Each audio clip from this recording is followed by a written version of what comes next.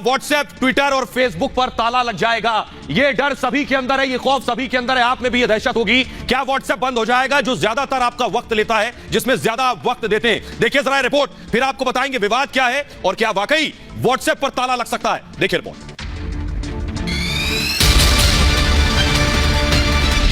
क्या बंद हो जाएगा व्हाट्सएप? क्या बंद हो जाएगा फेसबुक? क्या ट्विटर पर लग जाएगा ताला? ये वो सवाल है जिन्होंने शायद कल आपके जहन में भी दस्तक दी हो। आप भी रात में यही सोचकर सोए होंगे कि क्या सुबह व्हाट्सएप खुलेगा, कहीं फेसबुक और ट्विटर बंद तो नहीं हो जाएगा, क्योंकि व्हाट्सएप और फेसबुक जिंदगी का अहम हिस्सा बन चुके हैं। इन सोशल नेटवर्क के बिना जिंदगी अधूरी लगती है, लेकिन प्राइवेसी समेत कई मुद्दों पर सोशल प्लेटफॉर्म सवालों के घेरे में है और सरकार के साथ इनकी तकरार बढ़ गई है। 3 महीने का दिया हुआ समय कल गुजर चुका है और इसी के साथ चिंता बढ़ गई है कि जिस फेसबुक और व्हाट्सएप का आप दिन भर इस्तेमाल करते हैं, क्या आगे भी उसका इस्तेमाल कर पाएंगे? कहीं ये फेसबुक व्हाट्सएप बंद तो नहीं हो जाएंगे? आइए आपको बताएंगे क्या फेसबुक, व्हाट्सएप, ट्विटर बंद हो जाएगा, इंस्टाग्राम बंद हो जाएगा जिसपे आप घंटों समय बिताते हैं। सबसे पहले आपको बताएं कि आखिर देश में कितने लोग हैं जो इन साइट्स को यूज करते हैं, इन ऐप्स को। देखिए जरा, यूट्यूब के यूजर्स 44 करोड़ है हिंदुस्तान में। 44 करोड़ 80 लाख लोग यूट्यूब का इस्तेमाल करते हैं। इसके अलावा मैं आपको बताऊं कि आखिर व्हाट्सएप का इस्तेमाल करने वाले 53 करोड़ लोग हैं। देश की आबादी लगभग 139-40 करोड़ है और 53 करोड़ लोग इस्तेमाल करते हैं व्हाट्सएप का। सोचिए कितना वक्त हम और आप व्हाट्सएप पर देते हैं, क्या ये बंद हो जाएगा? 41 करोड़ लोग इस्तेमाल करते हैं फेसबुक, तो क्या फेसबुक भी बंद हो जाएगी? इसके साथ ही आपको बताएं कि इंस्टाग्राम और ट्विटर कितने लोग यूज करते हैं। इंस्टाग्राम 21 करोड़ लोग इस्तेमाल करते हैं। क्या 21 करोड़ लोग जो इंस्टा इस्तेमाल करते हैं वो बंद हो जाएगा? और ट्विटर 1 करोड़ 75 लाख लोग इस्तेमाल करते हैं। क्या ये बंद हो जाएगा? तो सवाल ये बंद हो गया तो फिर आपका होगा क्या? आइए आपको बताने जा रहे हैं कि आखिर क्या विवाद है और कैसे मैं कह रहा हूं कि यह बंद हो सकता है। अगर इन नियमों का पालन नहीं किया गया तो यह हालात पैदा हो सकते हैं कि व्हाट्सएप, ट्विटर और इंस्टाग्राम या फेसबुक बंद हो जाए। आपको बता रहे, जरा ध्यान से सुनिए विवाद क्या है। अब जरा इस विवाद को समझ लीजिए कि आखिर यह विवाद है क्यों और क्यों यह आगे बढ़ा। दरअसल एक लंबे समय से देश में सोशल प्लेटफॉर्म को लेकर सवाल खड़े होते रहे। ऐसे में 3 महीने पहले हुआ क्या? आपसे 3 महीने पहले केंद्र सरकार ने गाइडलाइन जारी की थी। उस गाइडलाइन के मुताबिक सभी सोशल मीडिया प्लेटफॉर्म को, यानी चाहे वो व्हाट्सएप हो, ट्विटर हो, फेसबुक हो, कोई भी सोशल मीडिया का प्लेटफॉर्म हो, शिकायत पर कार्रवाई के लिए उनसे कहा गया था एक व्यवस्था बनाइए। यानी सोशल मीडिया से यह कहा गया, व्हाट्सएप और ट्विटर और इंस्टाग्राम, इन सब से कहा गया कि आप तक बहुत से लोग शिकायत करते हैं कि बहुत सी ऐसी चीजें इन पर चल रही हैं, उसकी शिकायत आप तक आती है, तो आप उसके लिए एक व्यवस्था बनाइए, एक सिस्टम बनाइए कि ये शिकायत आप तक आए, जिसमें 3 अधिकारी होने जरूरी हैं। उसमें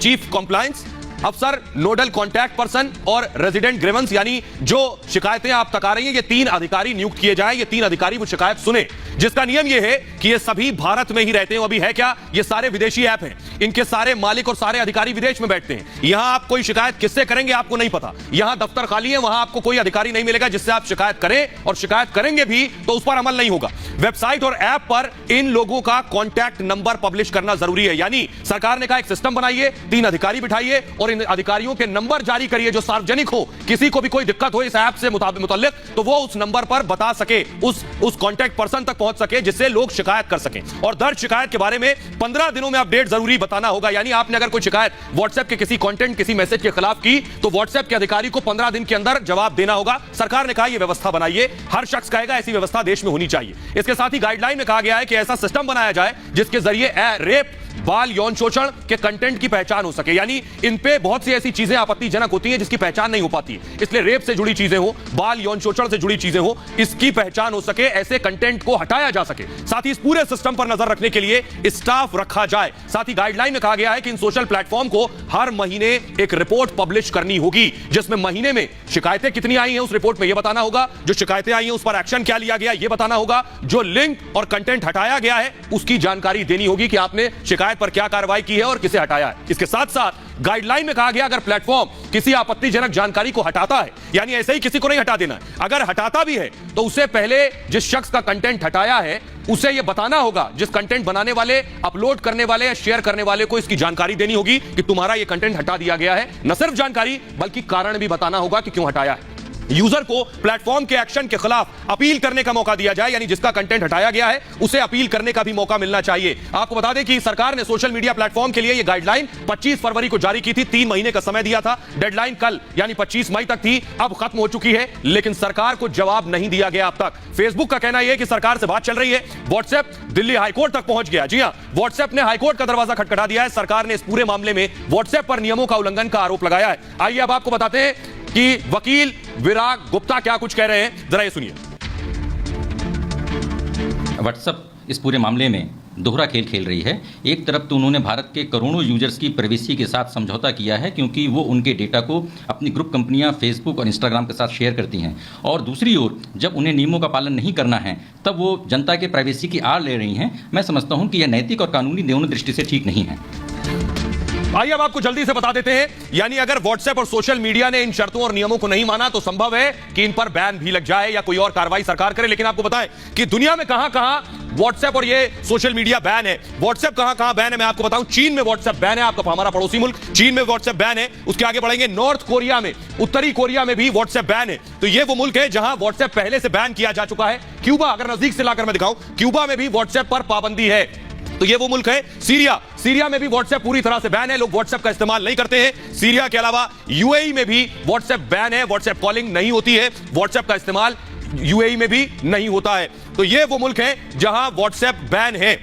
तो इसलिए ये डर लोगों को था कि अगर इन सोशल मीडिया साइट्स ने ये बात, ऐप्स ने ये बात नहीं मानी कि जो सरकार ने कहे हैं उस सिस्टम को नहीं बनाया, उस व्यवस्था को नहीं बनाया, तो ये भी बैन हो सकते हैं। लेकिन अब हाईकोर्ट पहुंच गए हैं, तो अब हाईकोर्ट में सुनवाई होगी और इन ऐप्स को, इनकी कंपनीज को सरकार की बात माननी होगी, क्योंकि ये देश हित में है। आइए आगे बढ़ते हैं। आज की दूसरी बड़ी खबर आज की ये है कि भगवा से नफरत क्यों। जी हां, रामदेव बनाम डॉक्टर्स की जो लड़ाई है, उस लड़ाई में दरअसल निशाने पर भगवा है क्या? डॉक्टर्स के कंधे पर रामदेव पर, कंधे पर बंदूक रख के रामदेव पर निशाना साधा जा रहा है। ये बात मैं ऐसे ही नहीं कह रहा हूं, सोचिए जरा, ये बात मैं इसलिए कह रहा हूं, दरअसल एक योगा करने वाला भगवाधारी साधु योगी, दरअसल वो बहुत से लोगों को चुभता है कि आखिर योगी जो सिर्फ एक योग करता है, जिसके कपड़ों को लेकर भी लोग मजाक बनाते रहे, जिसने योग के जरिए पूरी दुनिया में नाम कमाया, इकलौता शख्स वो है रामदेव। क्या यही वजह है लोगों की नफरत करने की? क्या यही वजह है लोगों को सबसे ज्यादा परेशान करने की? देखिए, रामदेव का काफिला जा रहा है, बाकायदा बड़ी सिक्योरिटी रामदेव को मिली हुई है, रेंज रोवर गाड़ी से रामदेव चलते। ये चीज लोगों को अखरती है कि आखिर बाबा रेंज रोवर से चल रहे हैं, बाबा गाड़ी से चल रहे हैं, एक साधु जो भगवा पहनता है वो गाड़ियों का काफिला लेकर और सिक्योरिटी के साथ चल रहा है। ये बात सबसे ज्यादा अखरती है भगवा से नफरत करने वालों को। उन्हें सबसे ज्यादा, देखिए रेंज रोवर गाड़ी, बाबा रामदेव बैठे हुए, इसमें कई गाड़ियां हैं बाबा के पास, बाबा ने ये सब चीजें अपनी मेहनत से कमाई है। यही बात सबसे ज्यादा परेशान करती है भगवा से नफरत करने वालों को,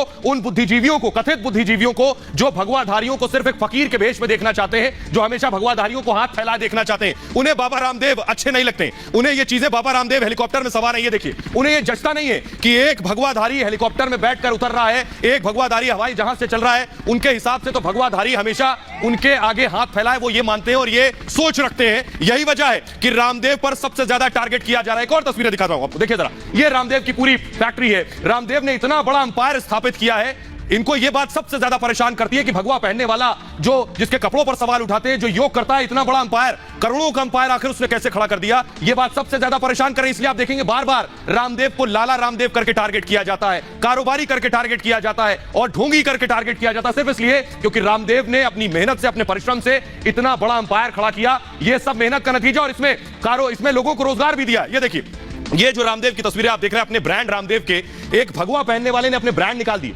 ये बात बहुत ज्यादा परेशान करती है। एक वो शख्स जो योगा किया करता था टेलीविजन पर, वो आखिर इतना करोड़पति कैसे हो गया? ये बात सबसे ज्यादा परेशान कर रही है। रामदेव के इतने प्रोडक्ट की बड़े बड़े विदेशी कंपनियों की दुकानें बंद हो गई, ये सबसे ज्यादा चिड़ की वजह है। न सिर्फ इतना, आइए देखिए, रामदेव यही नहीं रुके, रामदेव ने और लंबी छलांग लगाई। देखिए, औषधि उगाना शुरू किया, जैविक खेती करनी शुरू की, जमीनें खरीदी, लोगों को रोजगार के साथ जोड़ा। ये चीजें सबसे ज्यादा परेशान करती हैं और यही वजह है कि रामदेव बनाम डॉक्टर की जो लड़ाई हुई, उसमें यह मसला बेशक अलग हो, उसमें रामदेव ने भी सफाई दी, डॉक्टर्स भी अपनी तरफ से रिएक्ट कर रहे हैं, लेकिन बहुत से लोग जो पर्दे के पीछे डॉक्टर्स के कंधे पर बंदूक रखकर रामदेव पर निशाना साध रहे हैं। और इसीलिए रामदेव क्या कह रहे हैं? रामदेव कह रहे हैं, उन्हें इसीलिए ये लोग ढोंगी कह रहे हैं, फ्रॉड कह रहे हैं, क्योंकि ये चिढ़ते हैं रामदेव से। इन्हें अच्छा नहीं लगता है कि कोई भगवाधारी हेलीकॉप्टर से चले, गाड़ियों से चले और इनके बराबर आकर और इनसे ऊपर पहुंच जाए। सुनिए जरा। जोर बता रहे हैं कि quick arrest Swami Ramdev. Quick arrest Swami Ramdev, कभी कुछ चलाते हैं, कभी कुछ चलाते हैं, कभी ठग रामदेव, कभी महाठग रामदेव, कभी जो है कभी गिरफ्तार रामदेव। अब चलाते रहते, चलाने दो। तुम अपने लोगों को भी थोड़ा सा बीच बीच में अभी प्रैक्टिस हो गई है ट्रेंड चलाने की, और आप वो ट्रेंड में हमेशा ही जो टॉप पर पहुंच जाते हो, इसके लिए भी आपका बहुत बहुत अभिनंदन। इससे अलग दूसरी तरफ एलोपैथी दवाओं पर योग गुरु रामदेव के बयान के बाद विवाद बढ़ता जा रहा है। पहले इंडियन मेडिकल एसोसिएशन यानी आईएमए ने बाबा रामदेव पर मुकदमा दर्ज करने की मांग की थी कि बाबा पर मुकदमा दर्ज करिए, लेकिन रामदेव के बयान को लेकर इंडियन मेडिकल एसोसिएशन उत्तराखंड ने उन्हें मानहानि का नोटिस भेजा है। जी हां, आईएमए उत्तराखंड ने बाबा रामदेव पर थोड़ा बहुत नहीं 1000 करोड़ मानहानि का नोटिस भेजा है बाबा के ऊपर। आईएमए उत्तराखंड ने कहा है कि रामदेव अपने बयान पर 15 दिन के अंदर खेद जताएं। इसके लिए 15 दिन के अंदर वो एक बाकायदा वीडियो जारी करें जिसमें उनके एलोपैथी पर दिए बयान की सफाई हो। इसके अलावा आईएमए ने बाबा रामदेव से लिखित चिट्ठी के जरिए भी खेद जताने को कहा है। अगर वो ऐसा नहीं करते हैं तो उनसे 1000 करोड़ की मांग की जाएगी, यानी बाबा पर 1000 करोड़ का की मानहानि का मुकदमा किया गया है। आपको बताएं, जबकि रामदेव के करीबी और उनके कारोबार में उनके साथी बालाकृष्ण का कहना है कि रामदेव की मंशा किसी को चोट पहुंचाने की नहीं थी। रामदेव डॉक्टर्स का बहुत सम्मान करते हैं।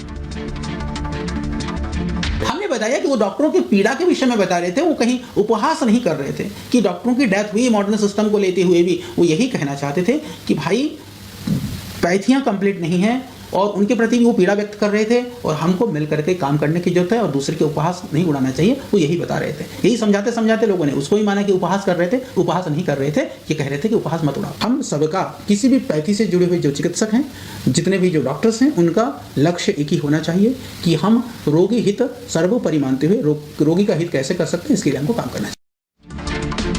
तो आपने बालकृष्ण को सुना जो कह रहे हैं हमारा एक ही हित है कि रोगी का हित कैसे हो, लेकिन अब रामदेव पर देशद्रोह का मुकदमा चलाने की मांग उठ गई है। आईएमए यानी इंडियन मेडिकल एसोसिएशन ने बाकायदा प्रधानमंत्री नरेंद्र मोदी को चिट्ठी लिख दी है। चिट्ठी में क्या लिखा है वो मैं आपको दिखाने जा रहा हूं। आईएमए ने चिट्ठी लिखी है, चिट्ठी में लिखा है, एक वीडियो में जरा नजदीक से दिखाएं, एक वीडियो में रामदेव ने दावा किया, ये चिट्ठी अगर हम फुल स्क्रीन ले सकें, एक वीडियो में रामदेव ने दावा किया है कि वैक्सीन की दोनों खुराक लेने के बावजूद 10,000 डॉक्टर और लाखों लोग मारे गए हैं, इसलिए रामदेव के खिलाफ देशद्रोह के आरोप के तहत कार्रवाई की जानी चाहिए। जरा दिखाइए प्रधानमंत्री को जो चिट्ठी लिखी है फुल स्क्रीन, अगर मैं दिखाऊं दोबारा से, देखिए जरा क्या चिट्ठी लिखी गई है। चिट्ठी आईएमए ने लिखी है प्रधानमंत्री को कि एक वीडियो में रामदेव ने दावा किया है कि वैक्सीन की दोनों खुराक लेने के बावजूद 10,000 डॉक्टर और लाखों लोग मारे गए हैं, इसलिए रामदेव के खिलाफ, ये इंडियन मेडिकल एसोसिएशन लिख रहा है, देशद्रोह के आरोप के तहत कार्रवाई की जानी चाहिए। यानी आईएमए का कहना है कि रामदेव के खिलाफ कार्रवाई की जानी चाहिए। दरअसल रामदेव ने पिछले दिनों यह कहा था कि एलोपैथी बेकार साइंस है। पहले रामदेव ने जो सवाल उठाए थे, रामदेव ने कहा पहले हाइड्रोक्सीक्लोरोक्विन फेल हो गई, फिर रेमडेसिविर फेल हो गई, फिर एस्टेरॉयड फेल हो गए, प्लाज्मा थेरेपी के ऊपर भी बैन लगा दिया गया, आइवरमेक्टिन गोली भी फेल हो गई, बुखार के लिए फैबीफ्लू दे रहे हैं वो भी फेल है। इस बयान के बाद आईएमए यानी इंडियन मेडिकल एसोसिएशन जो डॉक्टर्स की एक संस्था है, उसने रामदेव के बयान पर कड़ा एतराज जताया।